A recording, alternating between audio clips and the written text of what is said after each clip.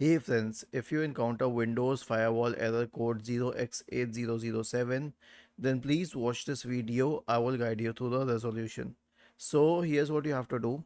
Right click on the start button and select settings from the menu, and then you can go to the apps tab on the list on the left hand side. Select installed apps and set it by date installed. If you by chance find any antivirus application here, any third party antivirus application, then uninstall it. This is the main solution.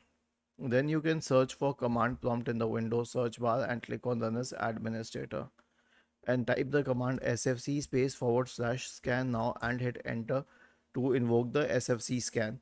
Now many other channels and websites are suggesting to allow your firewall to let the application pass through, but I will suggest against that because this error is not related to that case. The error is with Windows Firewall not functioning. It is not with the program itself being blacklisted by the firewall.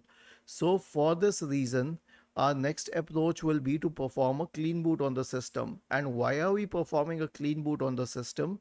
The reason is that what if there is any other application or software installed in the system which is working in the background and preventing the action from happening, and you do not even know of it. So to be on the safer side, search for system configuration in the Windows search bar and open system configuration. Go to the services tab, check the box associated with hide all Microsoft services, select disable all, apply, OK, and then restart your computer. Was this helpful?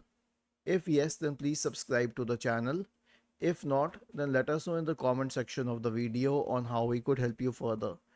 Thank you for watching this video and have a nice day.